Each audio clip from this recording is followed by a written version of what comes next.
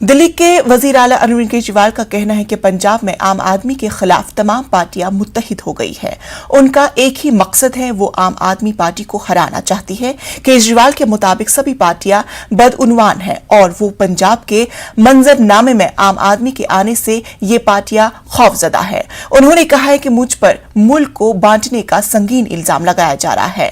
उन्होंने सवाल किया कि मरकजी जांच एजेंसियां इतने बरसों से क्या कर रही थी, गिरफ्तार क्यों नहीं किया गया। मीडिया से बात करते हुए केजरीवाल ने कहा कि कुमार विश्वास के इल्जामात पर तंज भी किया है कि पिछले 10 साल से केजरीवाल देश के 2 टुकड़े करने का एक प्लान बना रहा है, षड्यंत्र बना रहा है कि देश के 2 टुकड़े करेंगे और उसमें से एक टुकड़े का प्रधानमंत्री मैं बन जाऊंगा। मतलब ये तो कॉमेडी है, ये तो हंसने वाली बात है। ये हो सकता है क्या? और शायद मैं दुनिया का सबसे स्वीट आतंकवादी होऊंगा जो लोगों के लिए अस्पताल बनवाता है, लोगों के लिए स्कूल बनवाता है, बुजुर्गों को तीर्थ यात्रा पे भेजता है।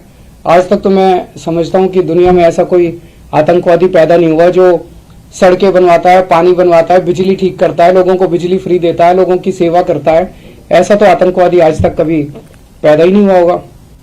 फिर एक दिन एक कवि ने खड़े होकर एक कविता सुनाई और उस कविता में उसने कहा कि 7 साल पहले केजरीवाल ने मेरे को कहा था कि देश के 2 टुकड़े करेंगे, एक टुकड़े का पीएम तू बन जाइए और एक टुकड़े का पीएम मैं बन जाऊंगा।